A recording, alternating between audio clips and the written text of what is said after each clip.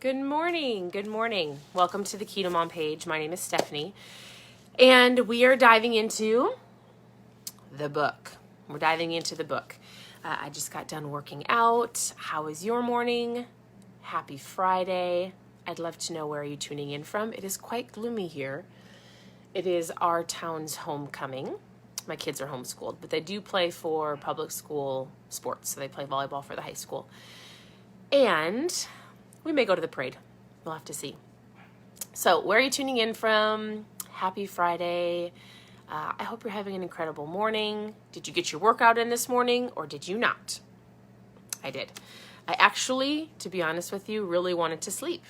I wanted to sleep and I was just getting ready to come on here and I thought to myself, how often do we give into like the feelings? Meaning how often do we give into like, oh, I'm so hungry, I'm just going to eat it right now and I'll pay for it later. Or I'm so tired, I'm just going to sleep now and I'll work out later. But I've already gotten so much done this morning that I have to remind myself that while in the moment I might feel better, I might curb that craving, I might get a little extra sleep, it would have caused way more stress. And just like, I did it again.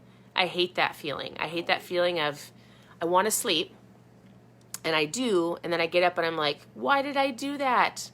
That means I just threw off my whole morning. Now, it doesn't mean it doesn't happen. It doesn't mean you can't fix it or keep going, right? Because I often will say, listen, if your morning doesn't start off how you want it, it does not determine your entire day. Now, I got up, even when I was tired, I've worked out, I've read, I've done lots of different things this morning, and I feel great, and I'm not tired, right? But isn't it funny how your mind can play games like, you really deserve sleep. Oh, you know what? You've really done great on your diet for the last few days. You might as well just have the donut or have the ice cream. And so it is interesting if you can just go, no, and tell yourself, you know what? It's not, like I told my husband the other day, it was so funny. I don't remember what it was that somebody wanted. And I was like, listen, in 5 seconds, when everybody's done eating the ice cream or the donut or the treat, it's all gone. They're going to feel like crap, and you're not going to be bothered because it's not in front of your face anymore. And you're going to go, yes, I did it. I said no, or I made a better choice, right? It's like that 5 seconds of, can I withstand it, or am I going to give in? So that was my morning. I wanted to sleep. I really did. And I thought to myself, no, because while I might get, let's say, an hour more of sleep, I'm going to get frustrated with myself. Anyways, that is not what I'm talking about in the book, but it kind of is. It's controlling your mindset. Now, I will tell you also, I was reading the book today and I was like, man, this is I'm not going to lie to you. It's a really great Audible book. This book, when it's read to you, because it is written, I don't know, early 1900s, whenever it was written, he probably wrote it early 1900s. Some of the language, I'm like, what does that mean? And it's like reading the King James Bible. I mean, just if you read the Bible, it's like reading the King James versus like a different, newer translation to where the words are how we speak today. So some of the things that he says, I'm like, can you put this in, my terms? And so when you listen to the book, if you don't have it and you're thinking, I want to listen to the Audible, it's super great. Or I would just say, go through it and you're going to get the 13 principles. And in the end, it's all going to wrap up and it's going to make sense. You just got to get through the old style English let's just say that. So if you're reading with me, I'm starting chapter 3. I'm just reading the next 5 pages. If you were just tuning in, I'm going to give you a couple things to think about. So how is your morning? I really want to know how's your morning. And let's say, what's one thing you're thankful for today? I'm thankful for you. I'm always thankful for you. I'm thankful for my family. I'm thankful that it's Friday. You guys, I work from home. Our business is all online. I homeschool our kids, so every day should feel like Friday. But when we started school back again, I'm like, listen, tomorrow we are done with school. This teacher is checking out. I love it. I choose to do it. And there are days where I'm like, All right. We need a mental break. All right. So it's going to be a great day. Thankful for you. Okay, so I'm going to do the best of my ability to translate the next 5 chapters into more of a modern day English. Follow along. But here's what he said. The last few days we talk about desire. We're talking about 13 principles that will help you in your success in life. He followed 25,000, it took him 25 years, 25,000 different successful men, and figured out what they had in common to create 13 principles for your success in life. A lot of the things he talks about has to do with riches, but it could be riches in any area of your life, your health and fitness and relationships and spiritually and mentally, right? So the first one was desire. This next one is faith. He says, faith is the head chemist of the mind. Faith is a state of mind which you may develop at will.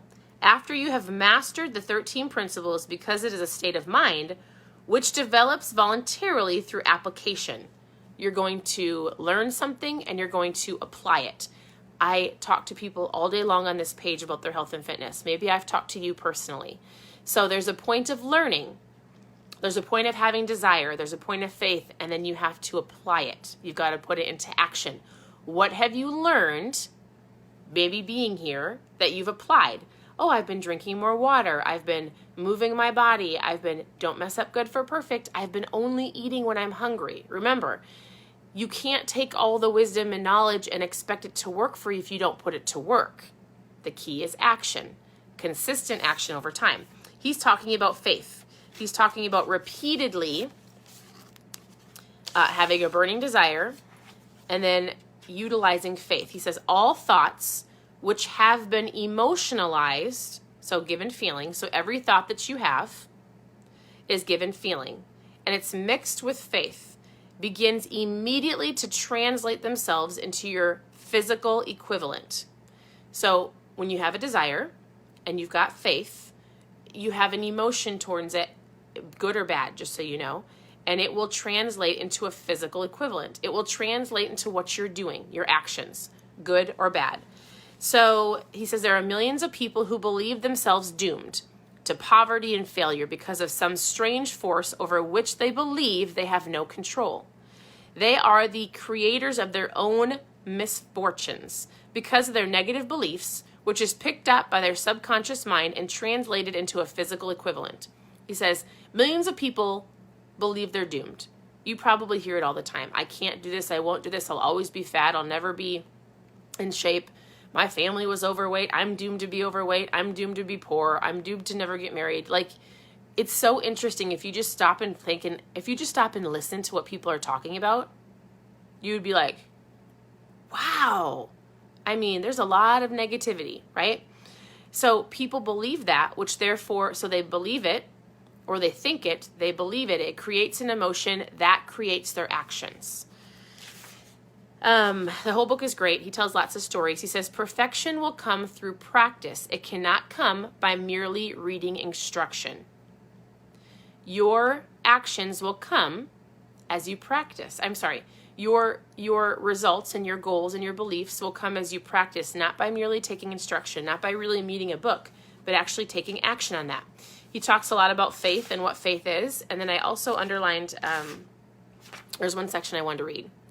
It is a well-known fact that one comes finally to believe whatever one repeats to oneself, whether the statement is true or false. I need you to listen to this. It's super good.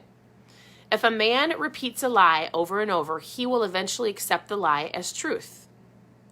So if you're telling yourself you're ugly, you're fat, you're ugly, you're fat, it's not truth, but you're going to believe it the more you repeat it. Moreover, he will believe it is to be truth. Every man is what he is because of the dominating thoughts, which he permits to accompany his mind. Thoughts which a man deliberately places in his own mind and encourages with sympathy, and which he mixes any one or more of the emotions, guess what? Decides to control his mind, and that's what they think. And then when you think that, you take action upon that. And even if it's not true, a lie becomes truth when you say it over and over and over again. So I would encourage you today, what are you telling yourself that's a lie? That you've believed for years and years. Only you can know that. I can't go look into your mind. And it's so interesting because we believe the lies that we hear, and we're the ones telling ourselves it. You might have people that are in your home or in your environment or at your work that might, say little lies here and there, say hurtful things. You'll never be that way. Oh, your mom and I were always overweight. You'll be overweight. You are going to have outside voices speaking to you, but you want to know the dominating voice? It's your own. What are you telling yourself every 5 minutes, every hour, every time you grab a meal, every time you go work out? Like, you're your strongest voice. Now, you need to make sure that you're speaking truth over yourself, not the lie that long-term has become a truth. Like, you can do this. You can be healthy. You can go to the gym. You can lose the weight. You can have the better relationships. You can have all of those things, but if you're telling yourself that you can't and you won't, then that's what you're going to get, right? A thought, thus magnetized with emotion, may be compared to a seed which, when planted in fertile soil, germinates, grows, and multiplies itself over and over and over again until which was originally one small seed becomes countless of millions of seeds of the same brand. If you're going to plant the seed of doubt or failure or I'm always or it's never me, it's going to multiply. And then eventually you're going to get to the point where you're like, I don't even know what's a lie and what's a truth. If it is not serving you, if it's creating negative emotions, if it's creating anger and frustration, it's a bad seed, right? All right. So, really, the information is easily conveyed. Any idea, plan, or purpose may be placed in the minds through repetition of thought.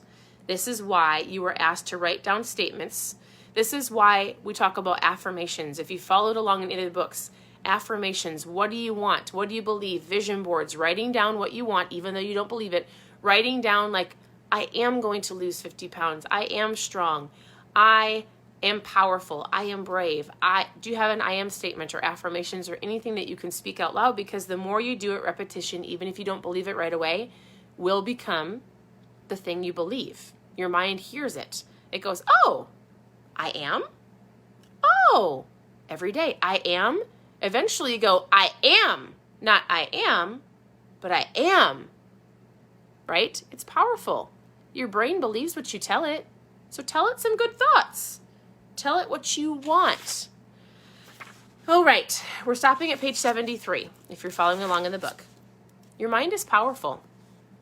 And that's why I said every morning we have to talk about this, because if I'm going to teach you how to eat, or I'm going to give you recipes and keto tips and tricks, the only way that you're going to reach your goal is if you get this under control, you get your words under control, you're going to believe the things that you're telling yourself, good or bad, but I hope they're good things, so that you can go after and reach your goals. Stop losing the same 20, 40, 60 pounds over and over again every single year, every 2 years. Stop it. You can do it once and for all. You've got to put the positive mindset. You've got to believe that you can do it. You've got to change the patterns. You've got to shift what you're thinking, what you're believing, who you're around, the things that you're watching. You have to be, really in all of this, it's an awareness. It's an awareness of what's going in here. Who are you surrounding yourself with, and the actions that you're taking? Good or bad. And whatever you're doing, that's the result you're going to get. All right, here's the book.